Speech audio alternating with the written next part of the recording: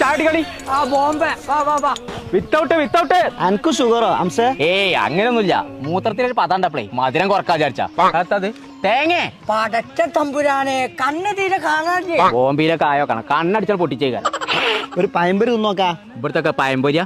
അതിനൊക്കെ ബോംബെയില് ഒരു കജ്ജിന്റെ നീളം ഉണ്ടാവും പയമ്പൊരി. 10 മണിക്കൊക്കെ തീറ്റടങ്ങിയ ഉച്ചക്കല്ലേ തീര. തുടങ്ങിയോന്റെ പടായി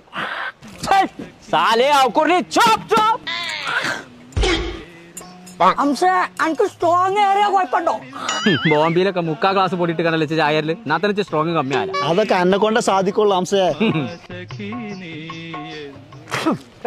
അപ്പൊ ഇതല്ലേ വിത്തൗട്ട് എന്ന് പറഞ്ഞു. അപ്പൊ മധുരം കൂട്ടിട്ടു.